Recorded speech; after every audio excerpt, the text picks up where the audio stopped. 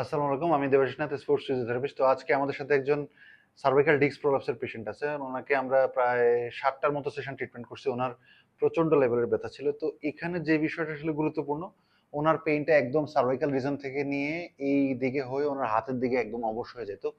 এবং ওনার ফিলটা এরকম ছিল যে ওনার হাতটা অনেকটা বন্ধ হয়ে গেছে এরকম।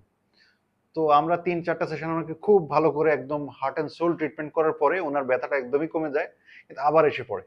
তা আমরা ওনাকে ফাইন্ড আউট করার ট্রাই করলাম যে আসলে কেন এটা হচ্ছে। তো যখন আমরা ওনাকে জিজ্ঞেস করলাম যে আসলে আপনি কি কাজ করছেন, উনি বলছে আমি নামাজ পড়তে গেছি, জামাতে গেছি নামাজ পড়ার জন্য। তো ওইখানে হচ্ছে যে আমি ভারী ব্যাগ উঠেছি এবং রান্না করার সময় আমি হাতটা খুব নাড়াইছি। তা আমরা ওনাকে যখনই এটা বন্ধ করতে বললাম, আমরা বললাম আপনি রেস্টে চলে যান, ঘাড়ে ঝাঁকি যেন না লাগে, এবং আপনি কিছুদিনের জন্য মানে ঝুঁকে নামাজ পড়া বন্ধ রাখেন, just for a few days.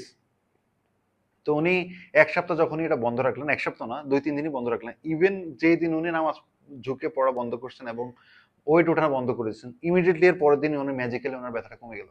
তো এইটা আসলে একটা গুরুত্বপূর্ণ মেসেজ যে আমাদের যখন সমস্যা হয় তখন আমরা বারবার লাইফস্টাইল মডিফিকেশনের কথা বলি, যে আসলে আমরা কেন আমরা জীবনযাত্রার যে স্টাইল ওইটা পরিবর্তনের কথা বলি। যেমন উনি ঝুঁকে দেখা যায় অনেক মোবাইল দেখে, আমি ওনাকে নিষেধ করছি এটা করতে। তো উনি ওইটা স্টপ করে দিয়েছেন, কিন্তু ওয়েট নেওয়া যখন অফ করলেন তখন কমপ্লিটলি ওনার ব্যথা কমে গেল। এখন লাস্ট ৪-৫টা সেশন উনি একদমই ওনার এখন প্রায় ব্যথা প্রায় না এর কাছাকাছি, এবং আর্লি স্টেজে ওনাকে পেইন কিলার নিতে হয়েছে এবং খুব ভালো পেইন কিলার নিচ্ছেন উনি। তো সেটাও এখন বন্ধ হয়ে গেছে, কিন্তু তারপরে ওনার এখন আর ব্যথা নাই বা হাতের দিকে যে ওনার যে রেডিয়েশনটা আসতো, অর্থাৎ পেইন যে রেডিয়েট করতো হাতের দিকে, এটা অনেকটাই বন্ধ হয়ে গেছে।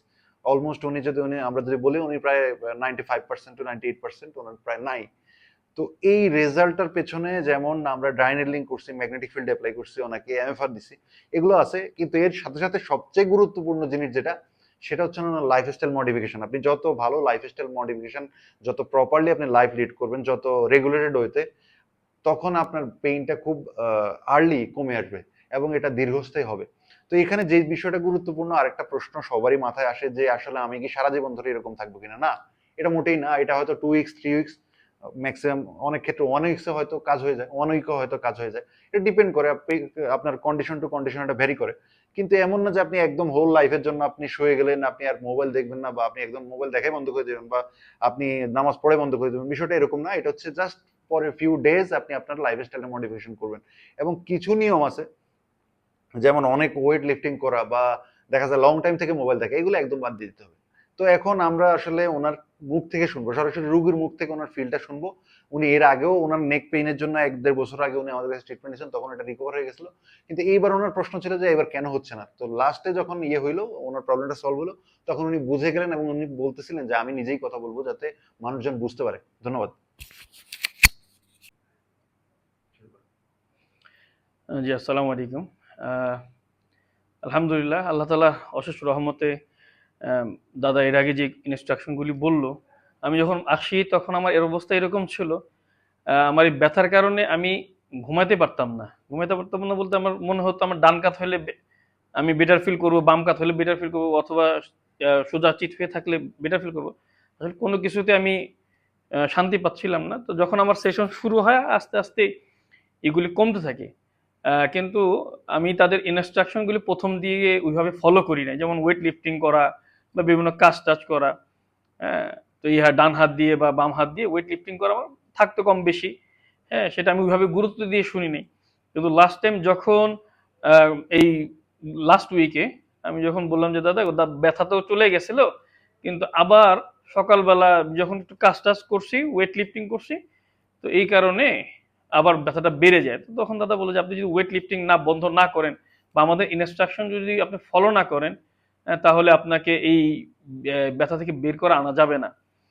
তো আমি আসলে তো এরপরের থেকে দেখলাম যে যদি আমি আসলে তার ইনস্ট্রাকশন ফলো না করি তাহলে আমার জন্য ক্ষতিকর। তো আমি এরপরের থেকেই পুরোপুরি দাদা যেভাবে বলছে, যেমন বসে বসেই নামাজ পড়তেছি ইশারার মাধ্যমে, আর হচ্ছে এখন ওয়েট লিফটিং একেবারেই করতেছি না। তো আলহামদুলিল্লাহ এরপরের থেকে আমার এই ব্যথার তীব্রতা, যেমন যেদিন থেকে সে বলছে, স্ট্রিক্টলি আমাকে বলছে যে আপনি যদি ফলো না করেন তাহলে আপনার ব্যথা যাবে না। তো আমি সেদিন থেকে ফলো, এবং তার পরের দিন থেকে আলহামদুলিল্লাহ আমি এর ফল পেতে শুরু করি। যদিও নামাজ বসে বসে পড়তে হয়, কিন্তু আসলে এটা তো লম্বা সময় আর কতদিন বহন করবো, তো মানতেছি। তো মানার মধ্যে আসলে কামিয়াবি, একটা কথা আছে আমাদের, আমরা তাবলিগের লোকের একটা কথা বলছি, মানার মধ্যে কামিয়াবি। তো দাদা যেভাবে ইনস্ট্রাকশন দিছে সেভাবে এখন মানার কারণে আল্লাহর রহমতে যে এখন বর্তমানে আমার ব্যথা নাই বললেই চলে। হ্যাঁ, হালকা একটু চিনচিন করে মাঝে মাঝে, যেহেতু চলাফেরা করি, রিক্সা চলাফেরা করে ঝাঁকি লাগলে একটু ব্যথা করে, কিন্তু বাকি আলহামদুলিল্লাহ এখন ওইভাবে আর ব্যথা নাই, যেটা আমি প্রথম তার কাছে আসার সময় যেরকম ব্যথা ছিল। এই জন্য আমি আল্লাহ তাআলার কাছে শুকরিয়া আদায় করি, এবং আমি দাদাকে ধন্যবাদ জানাই তার অক্লান্ত পরিশ্রমের কারণে, এবং তার টিম ওয়ার্কে যারা আছে তাদের সকলকে আমি ধন্যবাদ জানাই যে তাদের অক্লান্ত পরিশ্রমের কারণে আল্লাহ তাআলা আমাকে এই ব্যথা থেকে মুক্তি দান করছে। ধন্যবাদ ধন্যবাদ। আপনাকে। দাদা ধন্যবাদ। খুব ভালো আছেন।